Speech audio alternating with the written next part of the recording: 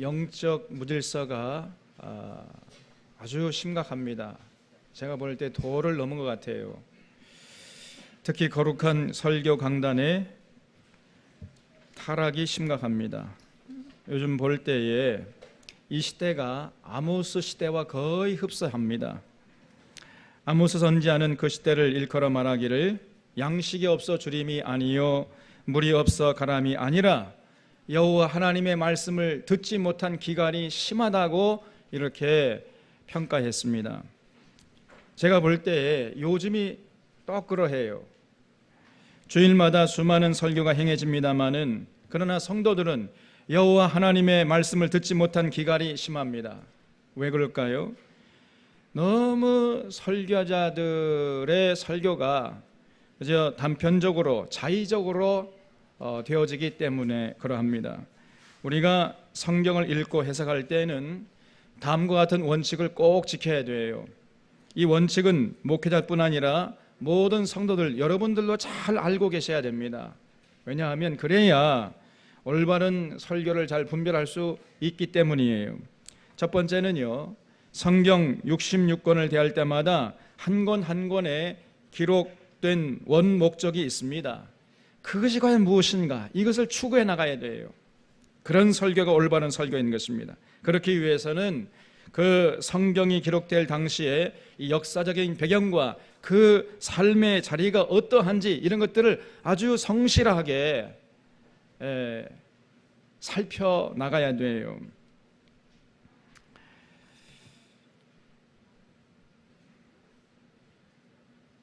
그런 상황에서 이 책이 그런 사회적인 분위기 속에서 이 책이 어떤 메시지를 전하기 위해서 기록되었는가 하는 그 원래 기록 목적이 있다 그 말이죠. 이거를 추구해 나가야 된다 그 말입니다. 그런데 오늘날 많은 설교자들이 그렇게 성실하게 살피지 않고 그저 자기 생각과 자기 주장을 정당화하기 위한 풋노트 정도로 성경을 사용하고 맙니다. 단순히 한두 구절 따 가지고 와가지고 이것 봐라, 성경이 이렇게 말씀하니까 내 주장이 맞지 않느냐, 자기 주장을 합리화시키고 정당화시키기 위한 하나의 풋노트 정도로 사용하고 말아요. 그래서는 안 됩니다. 우리의 생각과 주장을 다 내려놓고 성경이 기록될 당시에 어떤 메시지를 전하기 위해서 쓰여졌는지를 먼저 살펴야 되는 거예요. 그리고 그 메시지를 존중하고 거기에 우리의 생각과 주장을 교정해야 하는 것입니다. 그런데 대부분 그렇게 하질 않아요. 자기 주장을 정당화하기 위한 도구로 성경을 이용하기 때문에 아무리 그런 설교를 많이 한다 할지라도 절대로 그런 설교를 많이 들으면요, 자기 생각을 교정할 필요성을 느끼지 못하는 겁니다. 자기 주장이 항상 맞기 때문에. 그런 사람은 백날 설교해봤자, 또 그런 설교를 백날 들어봤자 절대로 성경의 진리를 알 수가 없고 하나님이 어떤 분이신지를 알 수가 없는 것이에요.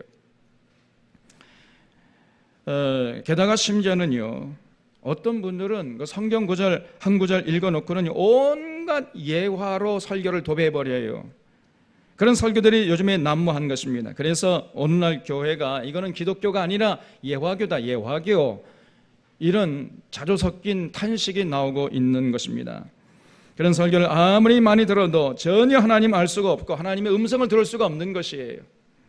그렇기 때문에 그런 설교를 듣는 성도들의 기갈이 지금 요즘에 심각한 것입니다.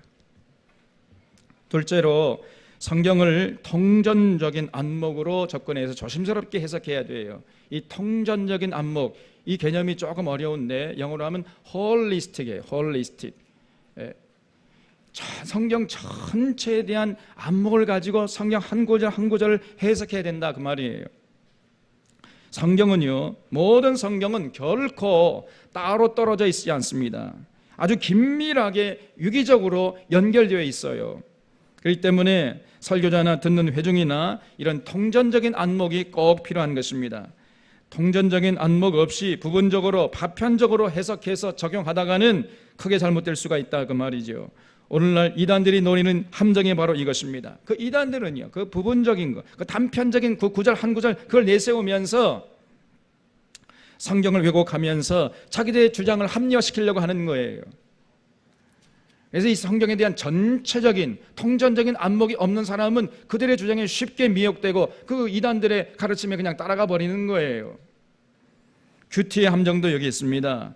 우리 한국교회가 큐티를 강조하지만은 그러나 큐티를 하기 위해서는요, 조건이 필요해요. 아무나 큐티할 수 있는 게 아니에요. 반드시 통전적인 안목을 가진 사람들이 이 큐티를 할 수 있어야 되고 할 수 있는 것입니다. 그렇지 못한 경우에는요, 큐티하기 전에 반드시 전문적인 신학 훈련을 받은 목회자에게 지도를 받아가면서 조심스럽게 성경을 해석하고 적용해야 되는 거예요. 그렇지 않다가는, 잘못하다가는요, 하나님의 뜻으로 확신하는데 그게 하나님의 뜻이 아닐 수가 있다 그 말이에요. 그럴 경우에 얼마나 큰 낭패를 당하겠습니까, 여러분? 성경은 그렇게 어려운 책이 아니지만은, 그러나 그렇다고 해서 혼자 쉽게 이해할 수 있을 만큼 그리 쉬운 책도 아니라는 것을 잊지 마셔야 돼요. 세 번째는요, 성경을 통해서 하나님을 인격적으로 만나려 하고 하나님의 마음을 헤아려 하는 이런 기본적인 자세를 잃지 말아야 돼요. 성경은 기본적으로 하나님이 어떤 분이신가를 우리에게 소개하는 책입니다. 뭐 잘된다, 복준다 이런 얘기를 하려고 하는 게 아니라 우리가 믿는 여호와 하나님이 어떤 분이시냐, 어떤 의지를 가지시고 어떤 일을 하셨으며 어떤 것을 우리에게 요구하시는지 이것을 자세하게 소개하고 있는 책이 성경책이에요. 성경에 의하면요, 우리가 믿는 여호와 하나님은 참으로 훌륭한 인격의 소유자이십니다. 그 성경은 그분을 마음에 품고 그분과 교제하면서 살아가는 것이 인생을 행복하게, 건강하게, 자유롭게, 참으로 복되게 살아가는 비결임을 강조하고 있는 거예요. 이게 성경이에요. 그래서 성경을 통해서 이런 하나님을 마음의 중심에 모시고 그분과 교제하면서 사는 것이, 이것이 신앙생활이에요. 이게 신앙생활의 전부입니다, 여러분. 그렇게 될 때 우리가 성경에서 계시하시는 그 하나님이 인격적으로 만나서 그분을 마음에 품고 그분의 가르침을 따라서 살아가게 될 때 참 평안과 기쁨과 참 자유를 만끽하면서 하늘의 생명을 누리면서 살 수 있게 된다는 것입니다. 그런데 대부분 보면은 그저 잘된다, 복준다 하는 이런 차원에서 성경을 보고 말아요. 이렇게 보다가는 절대로 성경을 통해서 하나님은 인격적으로 만날 수가 없고 하나님의 음성을 제대로 들을 수가 없는 것입니다. 그렇게 되면 결국 진리를 알지 못하게 되고, 그러면 성경을 오해하게 되고, 그럼 우리가 신앙생활 제대로 할 수가 없게 되고 신앙의 유익을 얻을 수가 없게 되는 것이에요. 정리해 보면은, 첫째는 성경 한 권 한 권에 기록된 원래의 목적이 있습니다, 여러분. 우리 사랑하는 성도들은 이 성경책 한 권 한 권, 66권 중 이 한 권 한 권이 기록된 원래의 목적이 뭐냐, 이거에 관심 갖고 이걸 추구해 나갈 수 있기를 주님의 이름으로 부탁을 드립니다. 둘째는요, 그 성경의 이 전체적인 안목에서 그 한 권 한 권의 책의 위치를 유기적으로 살피려고 하는 이런 자세를 잃지 말아야 돼요. 셋째는 하나님이 인격적으로 만나서 그분과 교제하려고 하는 이런 자세를 잃지 말아야 한다 그 말입니다. 그리고 넷째는 성경의 진리를 깨달았으면은 이제 실천하려고 해야 돼요. 여기에 신앙의 무게중심을 둬야 하는 것입니다. 듣기만 하고 실천하려고 하는 어떤 의지도 없는 사람은요, 결단코 천국에 들어가지 못한다. 예수님께서 분명히 말씀했습니다. 주여 주여 하는 자마다 그저 말씀을 듣기만 하고 행치 않는 사람은 모래 위에 집을 지은 어리석음 같을 것이다. 그 사람은 절대로 천국 들어가지 못한다 그랬어요. 제 얘기가 아니라 예수님의 말씀입니다, 여러분. 그러나 깨닫는 것만으로는 부족한 것이에요. 깨달았으면은 이제 삶의 현장에 나가서 실천을 해야죠. 그래서 순종해야 하는 것입니다. 여기에 신앙의 열정을 투자해야 돼요. 여기에 신앙의 무게중심이 가 있어야 되는 것입니다. 그래서 이 네 가지 원리, 이 원칙을 항상 마음에 새기고 성경을 보려 하는 이런 자세를 잃지 마셔야 돼요. 아멘이시죠? 적어도 사론의 성도라면요, 이 정도 수는 돼야 됩니다. 아멘 하는 자들에게 복이 있을지어다. 출애굽기도 마찬가지입니다. 이제 우리 창세기를 끝나고 출애굽기에 들어가는데, 출애굽기는요 애굽으로 내려간 야곱의 식솔들 70명이 430년이 지나는 동안에 200만 명으로 불어나요. 200만 명입니다. 조금 이제 통합니다. 200만 명으로 불어났다니까요. 그때 이스라엘 백성들이 이제 출애굽해가지고 시내산에 모여가지고 이 여호와 하나님과 언약을 맺기까지의 그 역사적인 과정을 기록한 책이 출애굽기인 것입니다.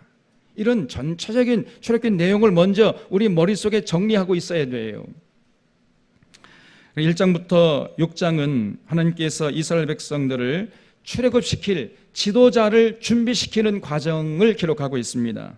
그리고 7장부터 12장은 하나님께서 이스라엘 백성들과 애굽 왕에게 하나님이 얼마나 위대한 분이신가를 계시하는 이런 내용으로 되어 있고, 13장부터 이제 18장까지는 그런 하나님을 보고 이스라엘 백성들이 용기 백배해서 이제 모세를 중심으로 해가지고 애굽을 탈출해요. 430년 동안 살아왔던 그 정든 땅을 버리고 그 험한 미디안 광야로 나오는 그런 장엄한 광경이 기록되어 있습니다. 그리고 19장부터 24장까지는 이스라엘 백성들이 시내산에 모여가지고 이제 여호와 하나님과 언약을 맺는 내용으로 되어 있어요. 그리고 25장부터 40장까지는 시내산에 1년 정도 모여 있으면서 성막을 건축하는 내용으로 되어 있는 것입니다. 이런 전체적인 내용이 먼저 우리 마음속에 정리되어 있어야 돼요. 예, 어렵지 않습니다, 여러분. 한 번만 들으면 알 수 있잖아요. 조금만 관심이 있으면은 이 정도 지식은 우리가 얼마든지 가질 수 있는 것이에요. 신앙생활 10년하고 20년 해서도 이 출애굽기가 어떤 책인지 알지도 못하면서 신앙생활 한다는 것은 그건 불행한 것이에요. 우리 한국교회가 거의 대부분 그런 수준입니다. 그러니 어떻게 신앙의 힘이 있을 수 있겠습니까, 여러분? 오늘 말씀 창세기 출애굽기 1장 1절을 보겠습니다. 야곱과 함께 각각 자기 가족을 데리고 애굽에 이른 이스라엘 아들들의 이름은 이러하니 루벤과 시므온과 레위와 유다와 이사갈과 스불론과 베냐민과 단과 납달리와 갓과 아셀이요, 야곱의 허리에서 나온 사람이 모두 70이요 요셉은 애굽에 있었더라 그랬습니다. 창세기에서 본 것처럼 야곱의 식솔들 70명이 이제 애굽에 내려가서 애굽의 당시 총리 대신이었던 요셉과 함께 살았다는 거예요. 그러다가 이제 요셉이 죽은 후에 과연 어떤 일들이 일어났을까요? 6절 말씀 보면은 요셉과 그의 모든 형제와 그 시대의 사람은 다 죽었고 이스라엘 자손은 생육하고 불어나 번성하고 매우 강하여 온 땅에 가득하게 되었더라 그랬습니다. 이 세월이 흐르면서 야곱도 죽고 요셉도 죽었습니다. 그러는 동안에 약 430년이 흘렀다는 거지요. 그러면서 이스라엘 백성들은 아주 폭발적으로 숫자가 늘어난 것입니다. 그래서 여기 보면 온 땅에 가득하게 되었다, 이렇게 이제 성경은 기록하고 있지만은 이거를 정확하게 말하면 약 200만 명 정도로 불어난 것이에요. 야곱의 식솔들 70명이 200만 명이나 됐다 그 말이죠. 8절을 보겠습니다. 요셉을 알지 못하는 새 왕이 일어나 애굽을 다스리더니 그랬어요. 이 요셉이 죽고 요셉을 알지 못하는 새로운 왕이 일어났습니다. 이 애굽 이 요셉 시대에 그 애굽을 다스리던 그 왕조를 힉소스 왕조라 그래요. 힉소스 왕조. 무슨 왕조라 그랬죠? 여기 청년들, 여기 우리 중고등학생들 여기 지금 조는 시간이 아니에요. 그 요셉이 총리 대신 있을 때에 애굽을 통치하던 그 왕조를 힉소스 왕조라 그래요. 힉소스 왕조. 이 왕조는 애굽의 이 원주민들이 세운 왕조가 아닌 이방인들이 세운 왕조로 알려져 있습니다. 애굽의 역사를 보면은 잠시 동안 그 이방 민족들이 쳐들어와 가지고 그 이방 민족들이 그 애굽 원주민들을 쫓아내고 그 자기들의 왕조를 세운 거예요. 그걸 힉소스 왕조라고 합니다. 절묘하게도 그 힉소스 왕조 시절에 이 요셉이 애굽의 총리 대신이 되었던 거예요. 그러니까 어차피 그 왕도 이방인이었기 때문에 이방인이었던 요셉을 쉽게 총리 대신으로 앉을 수가 있었던 것이지요. 참으로 하나님의 섭리가 아주 참 절묘한 것입니다. 세월이 흐른 후에 이 힉소스 왕조가 무너지고 애굽 원주민들이 세운 왕조가 들어서게 됩니다. 그래서 이 왕조는요, 힉소스 왕조와는 완전히 달랐습니다. 아주 이스라엘 백성들에게 적대적이었어요. 힉소스 왕조는 이스라엘 백성들이 굉장히 우호적인가 하면은, 그러나 힉소스 왕조를 물리치고 새롭게 들어선 이집트 원주민들이 세운 그 왕조는요, 굉장히 적대적이었다 그 말이죠. 그래서 9절을 보겠습니다. 그가 그 백성에게 이르되 이 백성 이스라엘 자손이 우리보다 많고 강하도다. 자, 우리가 그들에게 대하여 지혜롭게 하자. 두렵건대 그들이 더 많게 되면 전쟁이 일어날 때 우리 대적과 합하여 우리와 싸우고 이 땅에서 나갈까 하노라 하고, 감독들을 그들 위에 세우고 그들에게 무거운 짐을 지워 괴롭게 하여 그들에게 바로를 위하여 국고성 비돔과 람셋을 건축하게 하니라 그랬습니다. 애굽 왕이 이스라엘 백성들이 너무 번창하니까 그들을 두려워하기 시작했다 그러죠. 그래서 저놈들 세력이 더 커지지 못하도록 이제 해야 되겠다 해가지고 핍박을 가하기 시작한 것입니다. 12절을 보겠습니다. 그러나 학대를 받을수록 더욱 번성하여 퍼져나가니 애굽 사람이 이스라엘 자손으로 말미암아 근심하여 이스라엘 자손에게 일을 엄하게 시켜 어려운 노동으로 그들의 생활을 괴롭게 하니 곧 흙 이기기와 벽돌 굽기와 농사의 여러 가지 일이라 그 시키는 일이 모두 엄하였더라 그랬습니다. 애굽 왕이 이스라엘 백성들의 그 번성을 두려워해가지고 이스라엘 백성들에게 아주 중노동을 시켰다는 거예요. 그래서 번성을 막아보려고 했던 것입니다. 원래 이 생존이 어려워지면요, 다른 것들은 신경 쓸 여력이 없어지잖아요. 아니, 죽도록 일하고 나면요, 밤에 자기 바쁘잖아요. 애기 만들어낼 수가 없어요. 그러면. 그래가지고 이 애굽 왕이 이스라엘 백성들에게 고역을 시켰다는 겁니다. 그러나 그러면 그럴수록 이스라엘 백성은 더 번성했어요. 쉽게 말해서 지금 이스라엘 백성들 입장에서 보면은요, 큰 시련이 닥친 것입니다. 큰 고난이 닥쳐왔어요. 자, 그러면 이스라엘 백성들에게 이처럼 큰 고난이 닥친 근본적인 이유가 무엇이겠습니까? 그 근원을 따지고 올라가면요, 그들이 너무 애굽에 안주했기 때문이에요.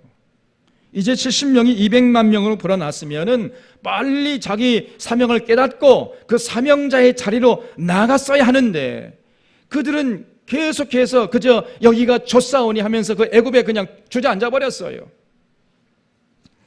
계속 그 애굽 땅에 안주하려고 했던 것입니다.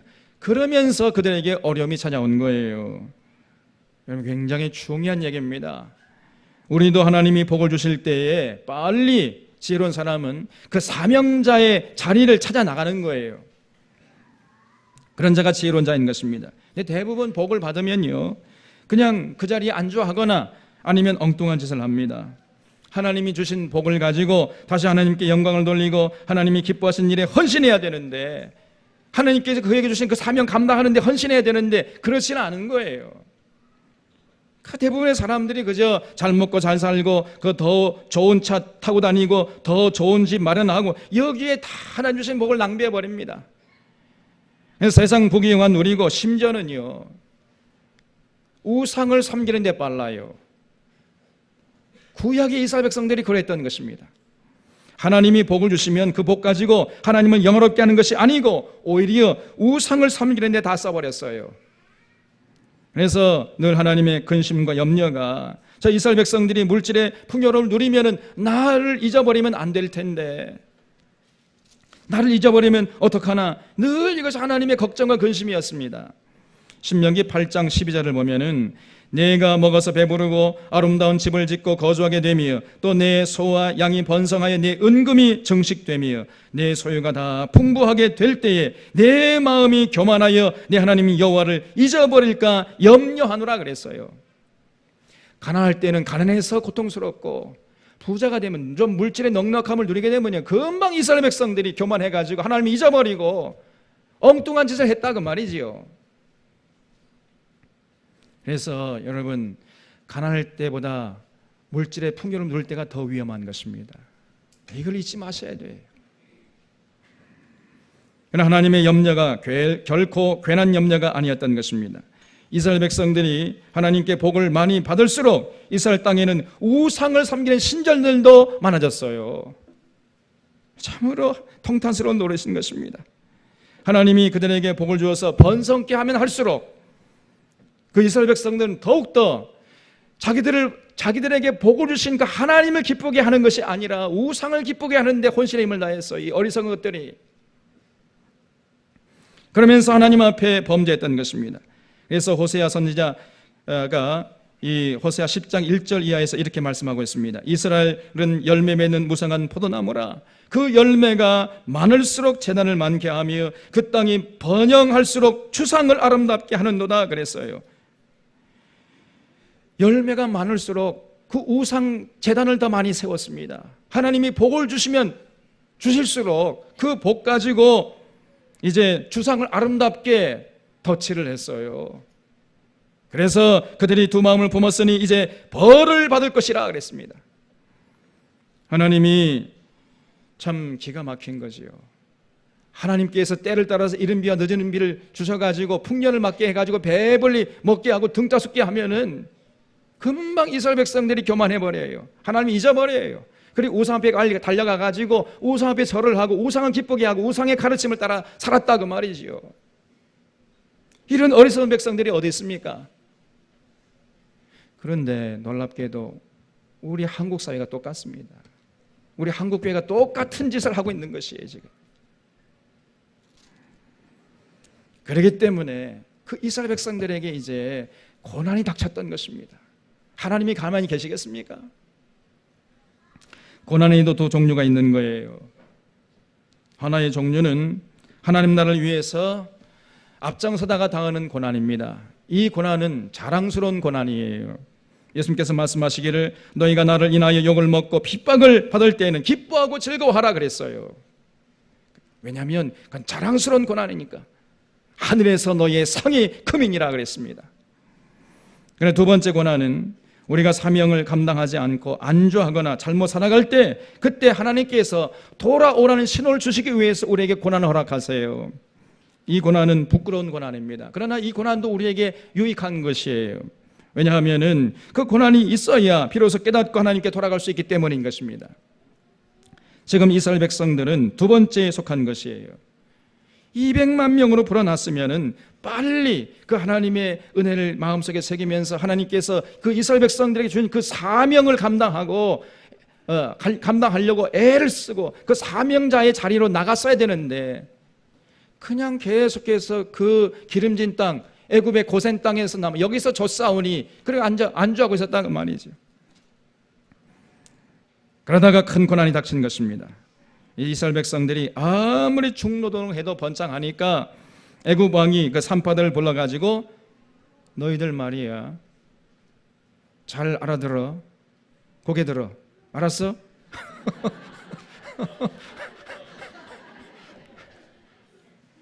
뭐라고 얘기하냐면요 산의 아이가 산의 아이는 다 죽이라 그랬어요. 그냥 산의 놈들 다 죽여라 그런 끔찍한 명령을 내렸습니다. 그러니 이스라엘 백성들의 그 가정들마다 그 피울음 소리가 하늘에 사무치지 않았겠어요. 그런 명령이 전국적으로 시행되니까 이스라엘 백성들 가정마다 출산하는 가정들마다 피울음이 가득했던 것입니다. 이런 상황에서 레위 가문에서 한 사내 아이가 태어났어요. 2장 10절을 보면은 그 아기가 자라매 바로의 딸에게로 데려가니 그가 그의 아들이 되니라. 그가 그의 이름을 모세라 하여 이르되 이는 내가 그를 물에서 건져내었음이라 하였더라 그랬습니다. 그 이름을 모세라고 했어요. 그 모세란 이름의 뜻은 내가 물에서 건져낸 아이다 이런 뜻이라는 거예요.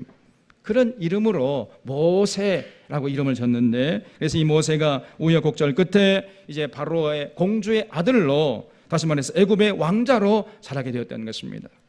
2장 11절 이하를 보면은 모세가 장성한 후에 한 번은 자기 형제들에게 나가서 그들이 고되게 노동하는 것을 보더니 어떤 애굽 사람이 한 히브리 사람 곧 자기 형제를 치는 것을 본지라. 좌우를 살펴 사람이 없음을 보고 그 애굽 사람을 쳐 죽여 모래 속에 감추니라. 이튿날 다시 나가니 두 히브리 사람이 서로 싸우는지라. 그 잘못한 사람에게 이르되 네가 어찌하여 동포를 치느냐 하며 그가 이르되 누가 너를 우리를 다스리는 자와 재판관으로 삼았느냐. 네가 애굽 사람을 죽인 것처럼 나도 죽이려느냐. 모세가 두려워하여 이르되 일이 탈로 되었도다 그랬어요. 모세가 지금 40살이 되었어요. 그 바로의 왕자로서 살아간 지 40년이 됐는데 어느 날 공사장을 지나다 보니까 애굽 사람이요, 이스라엘 자기 동족을 노예로 부르면서 막 회초리로 때리고 하는 걸 봤습니다. 의분이 일어난 모세가 사방을 돌려봐 아무도 없으니까 그냥 그 애굽의 십장을 돌로 쳐 죽여버렸어요. 그냥. 그리고 그 다음날 다시 나가 보니까 이번에는요, 그 이스라엘 백성들 자기들끼리 동족들끼리 서로 싸우고 있어요. 그래서 안타까워가지고 아니 너희들 말이야, 그 애굽에서 노예로 살면서 지금 서로 힘을 합해도 지금 이 고통을 이겨낼까 말까 한데 이렇게 싸우면 되겠느냐, 이렇게 얘기하니까요, 그 중에 한 명이 누가 너를 재판관으로 세웠느냐, 어제는 애굽 사람을 쳐 죽이더니 오늘은 나를 때려 죽이려고 하느냐, 이렇게 나와요. 이놈이, 이런 어리석은 놈이 어디 있어요. 결국은 이거 모세가 이거 이제 이 일이 소문이 퍼지면 내가 도무지 애굽의 왕에게 살 수가 없겠구나 해가지고 그 길로 미디안 광야로 도망쳐 버립니다. 그래서 그 미디안 광야에서 40년 동안이나 혹독한 생활을 체험하게 돼요. 그러다가 이스라엘 백성들을 출애굽시키라는 하나님의 부르심을 받았던 것입니다. 24절을 보겠습니다. 하나님이 그들의 고통 소리를 들으시고 하나님이 아브라함과 이삭과 야곱에게 세운 그의 언약을 기억하사 하나님이 이스라엘 자손을 돌보셨고 하나님이 그들을 기억하셨더라 그랬어요. 이스라엘 백성들이 애굽의 바로 왕에게 고통당하는 모습을 보시고 하나님이 그들을 그 고난의 구덩텅이에서 구원할 사람을 준비시켰는데 그 사람이 바로 모세였던 것입니다. 하나님이 세우신 뜻을 이루시는 방법은요, 반드시 사람을 통해서 이루어가십니다. 꼭 기억하시기 바랍니다. 이 때문에 하나님에게 사람이 필요해요. 사람이 필요하되 아무나 필요한 게 아니고 준비된 사람이 필요한 것입니다. 하나님은 어제나 오늘이나 내일이나 변함없이 하나님께서 쓰실 만한 이 준비된 사람을 찾고 계세요. 원티드, 늘 하나님께서 사람을 찾습니다. 하나님이 찾으신 사람이 거의 희귀해요. 사람은 많은데 사람이 없습니다, 여러분. 그래서 하나님이 늘 고민하시는 것입니다. 하나님께서 고난받는 이스라엘 백성들을 구원할 사람을 준비시킨 사람이 모세였는데 모세를 훈련시키는데 80년이 걸렸잖아요. 그 애굽의 왕자로서 40년, 그리고 미디안 광야에서 40년, 도합 80년을 걸렸어요. 이것을 볼 때 모세가 조금 좀 고집이 센 사람이었다는 것을 알 수 있습니다. 모세를 준비시키는데 80년 걸렸으니까 모세가 조금 좀 지혜롭고 좀 자기 고집을 내려놨더라면요, 80년까지 안 걸리고 한 40년이면 끝났을지도 몰라요. 근데 이 모세가 좀 고집이 세요. 온유하고 좀 순종적인 사람이었다면은 훈련 기간이 그렇게 길 필요가 없잖아요. 10년이면 족하고 20년, 길어봤자 한 40년 될 텐데 모세는요 80년이나 걸렸어요. 모세가 어지간히 고집이 센 사람이었던 것 같습니다. 오늘날도요 하나님이 사람을 찾고 계시는 것입니다. 오늘 이 시대 한국 사회에 탄식하며 부르짖는 소리가 지금 하늘에 사무치고 있습니다. 저들을 구원할 하나님의 사람이 필요한 거예요. 우리 사론의 성도들이 바로 하나님이 찾으시는 사람들로 준비될 수 있기를 주님의 이름으로 축원합니다. 여기 저기 60대 70대 분들은 아멘 해봤자 별로 30대 이하 20대 제가 다른 뜻이 없고요. 50대 60대 이상 분들은 그냥 자기 삶만 열심히 살면 되고, 이제 여기 40대 미만 30대 20대 지금 청소년들 여러분들에게 하나님이 기대가 많아요. 이거 다 아멘 가시잖아요. 그래서 청년들 중고등 학생들 열심히 공부해야 됩니다. 출세를 위하여서 공부하지 말아요. 이 시대를 분별하는 지혜를 얻기 위해서, 진리를 깨닫기 위해서는 열심히 공부해야 됩니다, 여러분. 내가 뭐 열심히 공부해가지고 1등 해가지고 뭐 좋은 대학 들어가가지고 재벌 회사 들어가겠다, 그런 망상을 빨리 깨요. 그 헛된 인생입니다. 그래서 그러나 공부 열심히 해야 돼요. 왜?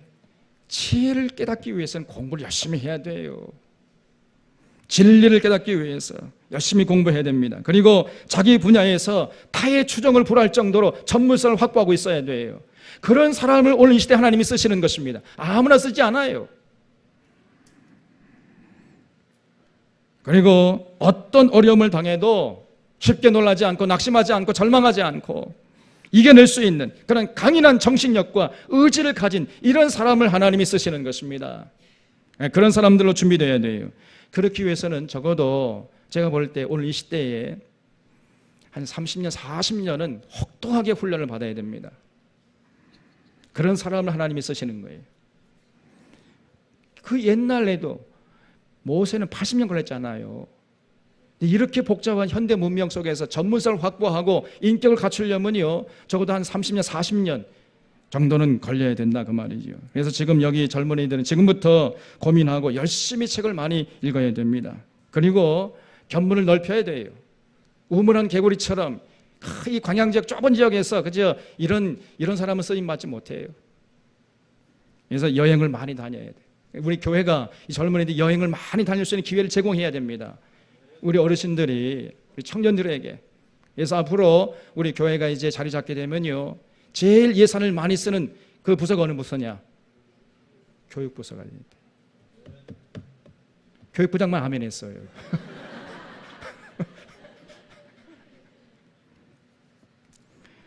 그리고 청년들이 고생을 좀 해봐야 돼, 고생. 죽을 고생을 해야 돼, 그냥. 모세처럼. 그런 다음에야 하나님이 쓰시는 거예요. 아무나 쓰지 않습니다. 그래서 지금 여기 앉은 청소년들이 내가 40살 이후에 두고 봐라. 내가 지금 열심히 공부하고 열심히 인격 도야하고 그 견문을 넓혀가지고 40살 이후에 내가 이 역사 속에 드러나서 참 내 사명 감당해서 하나님께 영광을 돌리리라, 이런 거룩한 의지와 열정을 품을 수 있기를 주님의 이름으로 부탁을 드립니다. 하나님이 창세전에 우리 샤론교회를 예정하시고 드디어 샤론교회를 세워주신 것은 이런 사람들을 키워내라는 하나님의 소원이 있음을 언제까지나 잊지 않을 수 있기를 바랍니다. 그래서 모세 같은 사람, 다윗 같은 사람, 솔로몬같이 지혜로운 사람, 엘리야, 엘리사, 미가야, 호세야, 미가, 이사야, 에스겔, 예레미야, 바울, 디모데같이 하나님 마음을 올바로 분별하면서 오늘 시대 정치, 경제, 사회, 문화, 예술, 언론, 방송, 학계에서 하나님의 뜻을 받드는 하나님의 사람들을 키워내는 이런 샤론교회가 될 수 있기를 주님의 이름으로 축원합니다. 이를 위해서 우리가 함께 기도하고 함께 헌신해 주시기를 주님의 이름으로 부탁드립니다. 3장 1절을 보겠습니다. 모세가 그의 장인 미디안 제사장 이드로의 양떼를 치더니 그떼를 광야 서쪽으로 인도하여 하나님의 산 호렙에 이르매 여호와의 사자가 떨기나무 가운데로부터 나오는 불꽃 안에서 그에게 나타났으니라. 그가 보니 떨기나무에 불이 붙었으나 그 떨기나무가 사라지지 아니하는지라 그랬어요. 모세가 80세가 되던 어느 해에 어느 날 그 이제 이 장인의 양떼를 몰고 호렙산, 지금의 시내산이에요. 호렙산 시내 똑같은 얘기입니다. 이 호렙산을 지나는데 이상한 광경을 목도했어요. 떨기나무에 불이 붙었는데 죄가 되지 않고 계속 타는 거예요. 그래서 여기 3절 말씀 보면 이에 모세가 이르되 내가 돌이켜 가서 이 큰 광경을 보리라. 떨기나무가 어찌하여 타지 아니하는고 하니 그때에 여호와께서 그가 보려고 돌이켜 오는 것을 보신지라. 하나님이 떨기나무 가운데에서 그를 불러 이르시되 모세야 모세야 하시매 그가 이르되 내가 여기 있나이다. 하나님이 이르시되 이리로 가까이 오지 말라. 내가 선 곳은 거룩한 땅이니 내 발에서 신을 벗으라 그랬어요. 모세가 호기심을 가지고 떨기나무에 접근했을 때 하나님께서 모세를 부르셨습니다. 네가 선 것은 거룩한 것이니까 네 발에서 신발을 벗어라 그랬어요. 왜 신을 벗으라고 그랬을까요? 당시 노예는요, 신발을 신을 수가 없었습니다. 그래서 발을 보면은 그 사람의 정체를 알 수 있었어요. 노예는요, 신발을 못 신으니까. 이 때문에 하나님께서 모세에게 신을 벗으라고 한 것은 네가 이제 평생 동안 내 종으로, 하나님의 종으로 살겠느냐, 이렇게 요구하시는 거예요. 거기에 모세가 응답한 것입니다. 그래서 하나님이 모세를 거룩한 도구로 부르셨어요. 이런 개인적인 체험을 조금 유식한 말로 누미노제 체험이라 그래요. 누미노제 체험. 성경에 보면은 하나님께 부르심을 받은 사람들은 한결같이 이런 누미노제 체험을 했습니다. 이사야, 에스겔, 하박국, 바울 등 하나님이 부른 사람들은 이런 공통적인 체험을 했어요. 우리도 마찬가지입니다. 정도의 차이는 있지만은 그러나 우리가 예수 믿을 때에 정말 예수님을 마음으로 입으로 시인하잖아요. 그러면 왜 감격이 넘쳐요. 그래서 중생의 체험을 하는 것입니다. 그러나 그 체험은 사람마다 조금씩 달라요. 사울이 바울이 된 것처럼 굉장한 180도 변화를 보이는 사람이 있는가 하면요, 평생에 걸쳐서 서서히 조금씩 변한 사람도 있어요. 사람마다 다 다른 것입니다. 7절을 보겠습니다. 여호와께서 이르시되 내가 애굽에 있는 내 백성의 고통을 분명히 보고 그들이 그들의 감독자로 말미암아 부르심을 듣고 그 근심을 알고 내가 내려가서 그들을 애굽인의 손에서 건져내고 그들을 그 땅에서 인도하여 아름답고 광대한 땅, 젖과 꿀이 흐르는 땅, 곧 가나안 족속, 헷 족속, 아모리 족속, 브리스 족속, 히위 족속, 여부스 족속의 지방에 데려가려 하노라 그랬습니다. 당시에 이 여호와 하나님이 이스라엘 백성들이 애굽 왕 바로에게 당하는 고통을 다 보고 계셨다는 거예요. 보고 듣고 알고 내려가서 건져내고 그 고통당하는 이스라엘 백성들을 그 가나안 땅, 젖과 꿀이 흐르는 그 땅으로 내가 인도해 가겠다. 이것이 하나님의 계획이었던 것입니다. 여러분, 우리가 믿는 여호와 하나님은 인격이시라고 말씀드렸어요. 때문에 우리를 다 지켜보고 계십니다. 하나님의 택한 백성들이 어려움을 당하면요, 하나님이 밤잠을 못 주무세요. 하나님도 슬퍼하시는 것입니다. 그래서 그런 고통에서 어떻게 하든지 간에 구원해 주시려고 하나님의 애를 쓰세요. 이런 분이 우리가 믿는 하나님이신 줄 믿으시기 바랍니다. 그래서 보고 듣고 알고 내려오셔서 우리를 고통 가운데서 건지시고 우리를 인도해서 젖과 꿀이 흐르는 땅으로 인도해 나가려고 하시는 분이 우리가 믿는 여호와 하나님이세요. 그런 하나님을 우리가 슬프게 하면 안 되겠잖아요. 9절 말씀 보면 이제 가라 이스라엘 자손의 부르짖음이 내게 달하고 애굽 사람이 그들을 괴롭히는 학대도 내가 보았으니 이제 내가 너를 바로에게 보내어 너에게 내 백성 이스라엘 자손을 애굽에서 인도하여 내게 하리라 그랬습니다. 여기서 소명과 사명을 구별을 할 수 있어야 됩니다. 소명이라는 것은 하나님이 부르시는 것이고 사명은 하나님이 부린 사람에게 주어진 일을 말해요. 일이 사명이에요. 지금 하나님이 모세를 불러가지고 고난당하는 이스라엘 백성들을 구원해서 출애굽시켜가지고 가나안 땅까지 인도하라는 사명을 주셨습니다. 우리 모두에게도 하나님이 주신 소명과 사명이 있어요. 하나님이 우리를 부르신 것은 그저 놀고 먹으라고 부르신 거 아닙니다. 각자에게 주어진 사명이 있어요. 이걸 깨닫고 이 사명을 감당하기 위해서 애를 쓰는 사람이 진실로 잘 사는 사람이 지혜로운 사람이요 성공적인 삶을 살아가는 사람입니다. 여러분, 이 땅에 사는 동안에 얼마나 높은 자리에 앉았느냐, 얼마나 사업을 많이 해가지고 돈을 많이 벌었느냐, 얼마나 많은 지식을 쌓았느냐, 이 정도에서 그친다면요 그 사람은 절대로 성공한 사람이 아닙니다. 부러워할 이유가 없는 사람들이에요. 절대로 그거 중요한 게 아니에요. 뭐가 중요합니까? 그런 삶을 통해서 하나님이 이 땅에 보내신 그 사명을 얼마나 제대로 충실하게 감당했느냐, 이것이 중요한 것입니다. 그 사명 감당하기 위해서 애를 쓴 사람, 이 사람이야말로 진실로 성공적인 삶을 산 사람인 줄로 믿으시기 바랍니다. 높은 자리에 앉아서 권력을 남용하면서 호의호식하고 수단 방법 가리지 않고 돈을 많이 벌어서 부귀영화 누린 사람, 이거는요 절대로 성공한 사람이 아니에요. 어리석은 사람입니다.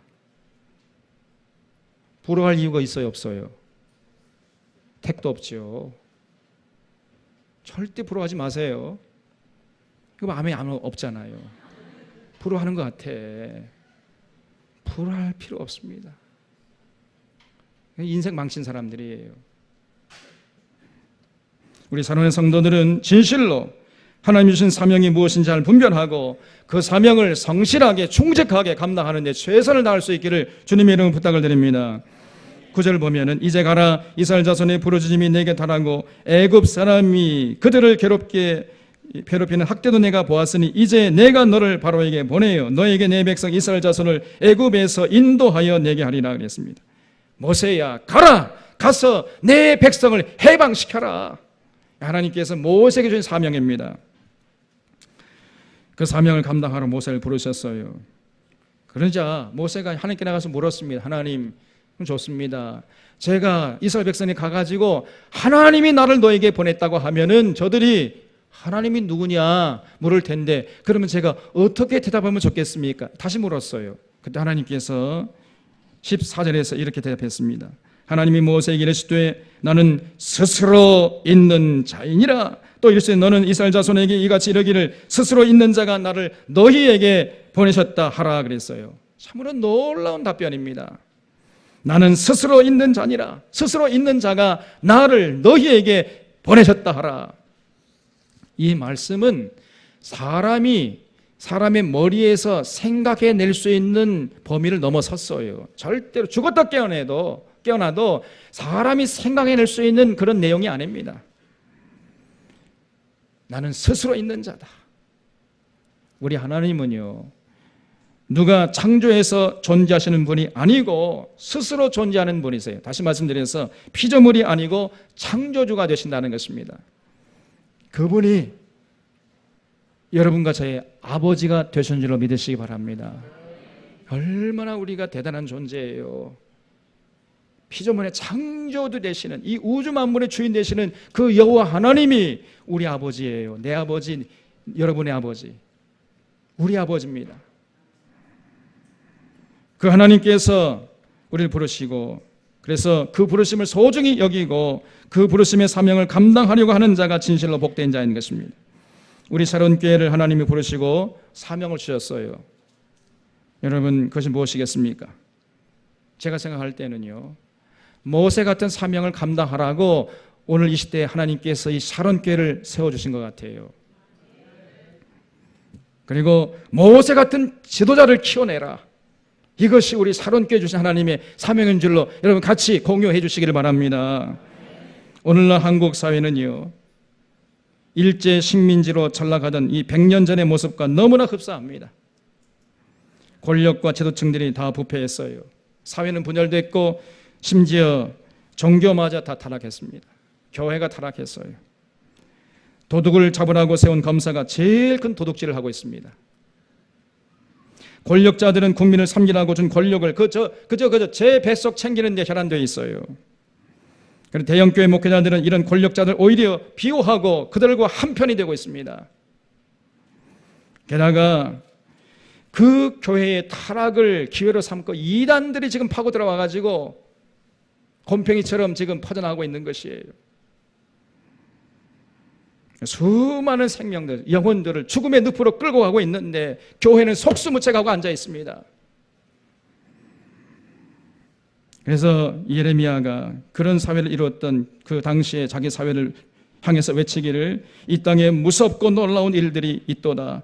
선지자들은 거짓을 예언하며 제사장들은 자기 권력으로 다스리며 내 백성은 오히려 그것을 좋게 여긴다는 거예요. 놀라운 일입니다. 그런 타락한 지층을 보면은 분노해야 되는데 오히려 백성들이 그걸 좋게 여겼다 그 말이에요. 그걸 좋게 여기니 마지막에는 너희가 어찌하려느냐? 절망적으로 외쳐댔습니다. 또 스바냐 선지자는 외치기를 그 가운데 방백들은 부르짖는 사자예요. 방백은 지금 말하면 정치인들, 권력자들입니다. 그 권력자들이 부르짖는 사자요, 그의 재판장들은 이튿날까지 남겨두는 것이 없는 저녁 일이요, 그의 선지자들은 경솔하고 간사한 사람들이요, 그의 제사장들은 성소를 더럽히고 율법을 범하였도다 그랬습니다. 이것이 스바냐 선지자 당시에 이스라엘 백성들의 사회상이었어요. 제가 볼 때에 이 스바냐 시대나 지금 이 시대나 똑같습니다. 그래서 이런 상황 속에서 우리 샤론 교회를 세우신 하나님의 섭리가 무엇인가? 이런 국민들, 잠자는 국민을 깨우고 교회의 참 모습의 그 모습을 회복시키려고 하나님께서 오늘날 이 시대에 이 샤론교회를 세우신 줄로 믿습니다. 그리고 모세 같은 지도자를 우리가 길러내야 돼요. 이것이 샤론교회가 감당해야 할 사명입니다. 우리가 광양 땅에서 이 시골에서 좁은 지역이기 때문에 우리가 어떻게 그런 사명, 이런 생각하는 사람이 한 사람은 없기를 바랍니다. 우리 힘이 비록 적을지라도, 그러나 우리가 힘을 합하기만 하면은 우리 하나님께서, 삼위일체 하나님께서 우리를 도와주실 것입니다. 그래서 능히 감당케 하실 것이에요. 우리 샤론의 성도들이 이 사명을 함께 인식하고 공유하고 함께 힘을 합해서 사명 충실히 감당해서 하나님 앞에 영광 돌릴 수 있기를 주님의 이름으로 축원합니다. 기도하겠습니다. 거룩하신 하나님 아버지, 애굽에서 고통당하는 이스라엘 백성들을 구원하기 위해서 모세를 80년 동안 훈련시키시고 드디어 때가 되어서 모세를 부르시는 이 하나님의 섭리를 살펴보았습니다. 예수 믿고서도 여전히 그저 잘 먹고 잘 살고 그런 것들에 관심을 갖는 것이 아니라 이제는 우리를 구원하시고 불러주신 하나님의 사명을 충실히 감당하겠다, 여기에 관심 갖고 헌신하는 아름다운 성도들로 가득 찬 샤론교회 되게 하여 주시옵소서. 오늘 시대의 어둠을 몰아내고 국민들을 깨우고 무너진 교회의 권위를 회복하는 사명을 잘 감당하는 샤론교회 되게 하여 주시옵소서. 보고 듣고 알고 내려가서 건져내고 인도하여 데려가려 하시는 하나님의 뜻을 이루어드리는 모세 같은 하나님의 사람들이 일어나는 샤론교회 되게 하여 주시옵소서. 모든 것 주님께 부탁하고 감사하오며 예수님의 이름으로 기도하옵나이다. 아멘.